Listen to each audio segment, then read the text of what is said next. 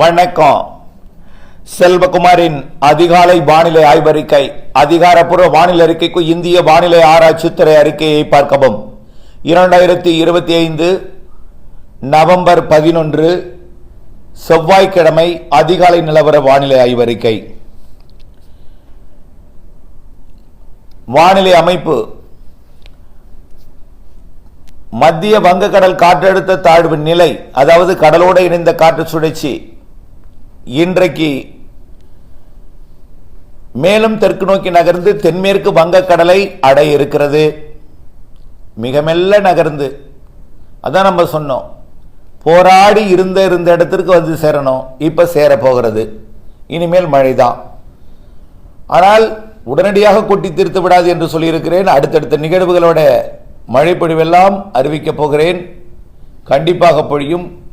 இன்றிலிருந்து எப்படி மழை பொழிவு என்பதை இறுதி வரை கேட்டு பயன்பெறவும். அதே போல சென்னியார் புயல் தமிழ்நாட்டுக்கு உண்டானது தான். அது நிறைய மழை பொழிவை தரக்கூடியது தான். மாதிரிகள் அங்கே இங்கே காட்டினாலும் இறுதியில் எங்கே சுற்றினாலும் தமிழ்நாட்டுக்கு கொண்டு வந்து போட்டு விடுவார்கள். பொறுத்திருந்து பாருங்கள். இலங்கையை ஒட்டியே அமையும். இலங்கை, வட இலங்கை மற்றும் டெல்டா மாவட்டங்களுக்கு நெருக்கமாக வந்து தமிழ்நாட்டின் அனைத்து மாவட்டங்களுக்கும் நிறைய மழை பொழிவை தரும். மழை தரும் நிகழ்வு அனைத்துமே என்பதை புரிந்து கொள்ள வேண்டும். காற்று அச்சம் வேண்டாம். இன்றைக்கு இந்த ஆடியோ பதிவு செய்து கொண்டிருக்கூடிய நேரத்தில் பார்த்தீங்கன்னா, ராமநாதபுரம் மாவட்டம் கடலோர பகுதிகளில் தொண்டியை ஒட்டி மழை. ஏற்கனவே மண்டபத்தில் 40 மில்லிமீட்டர் மழை பொழிந்திருக்கு. மண்டபம். அடுத்தபடியாக பார்த்தீங்கன்னா, தொண்டியை ஒட்டிய பகுதிகளிலையும் 2 சென்டிமீட்டர் வரைக்கும் மழை பொழிந்திருக்கு. உள்ளே கீழத்தூவல் அப்படிங்கிற இடத்துல 25 மில்லிமீட்டர் மழை பொழிந்திருக்குது. ராமநாதபுரம் எல்லாமே. அதே போல திருநெல்வேலி மற்றும் தூத்துக்குடி மாவட்ட எல்லை பகுதியில் முனிஞ்சிப்பட்டி, அதில் 2 சென்டிமீட்டர் மழை பொழிந்திருக்கு.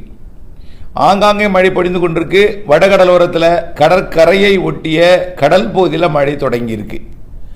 நம்ம சொன்னோம், நீராவி காற்று இன்னும் உள்ளே நுழையில. இப்ப வந்துகிட்டு இருக்கிறது எல்லாமே குளிர்காற்று. குளிர்காற்று வெப்பமானதும் மழை பொழிவை கொடுக்கும். அதன் அடிப்படையில் இன்றைக்கு காலை படிப்படியாக 8-9 மணிக்கு மேல வடகடலோரத்திலே தொடங்கும் மழை. பிறகு 11-12 மணிக்கு டெல்டாவிற்குள்ளும் மழை வந்துடும்.